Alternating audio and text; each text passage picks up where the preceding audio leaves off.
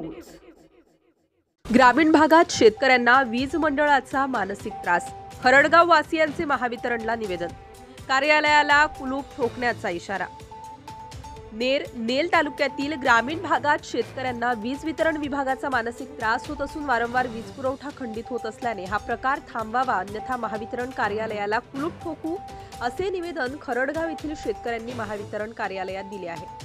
खरडगाव परिसरातील रामगाव दोनद व खळना मोझर परिसरात मागील 15 दिवसांपासून शेती पंपाची लाईन वारंवार खंडित होते। सध्या सोयाबीन काढल्यानंतर शेतकऱ्यांची गव्हाची पेरणी सुरू आहे।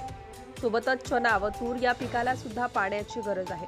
मात्र वीज पुरवठा वारंवार खंडित होत असल्याने सिंचनाची अडचण निर्माण झाली आहे। सोबतच दिवाळीच्या दिवशी गावातील वीज पुरवठा सुद्धा बंद होता। नेल तालुक्यात कोणत्याही वायरमन मुख्यालय राहत नाही। महावितरण हा प्रकार थांबावा, अन्यथा महावितरण कार्यालयाला कुलूप ठोकू असा इशारा या निवेदनातून देण्यात आला आहे।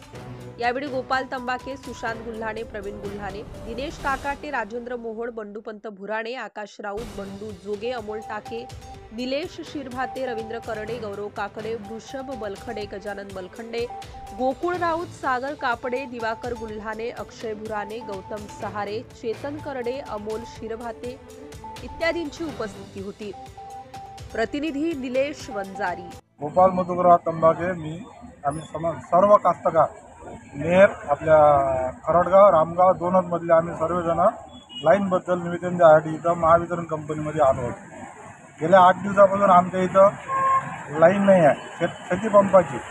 शेतीपंपाच्या लाईनीमुळे होणारा जे त्रास आहे, तुरीला पाणी देणे, गहू पेरला, शेणाला पाणी नाही आहे, तुरीला पाणी नाही, रब्बीचं सर्व नुकसान म्हणजे शेतीचं पिकाचं सर्व नुकसान होऊन राहिलं सध्या तिथे। लाईन नसल्यामुळे 8 दिवसापासून सर्व आम्ही कास्तकार हे सर्व त्रस्त आहोत। फोन केला असता सर्वजण टोळाटोळीची उत्तरं देऊन राहिले। वायरमनला फोन केला तर ग्रामीण सहाय्यक अभियंता यांचं नाव घेते, सहाय्यक अभियंता यांना फोन केला तर उपकार्यकारी अभियंता यांचं नाव घेते, यांच्याजवळ निवेदन दिलं तर यांचं असं म्हणणं आहे का तुम्ही बा दारव्याला जाऊन तुम्ही कार्यकारी अभियंता यांना तुम्ही निवेदन द्या।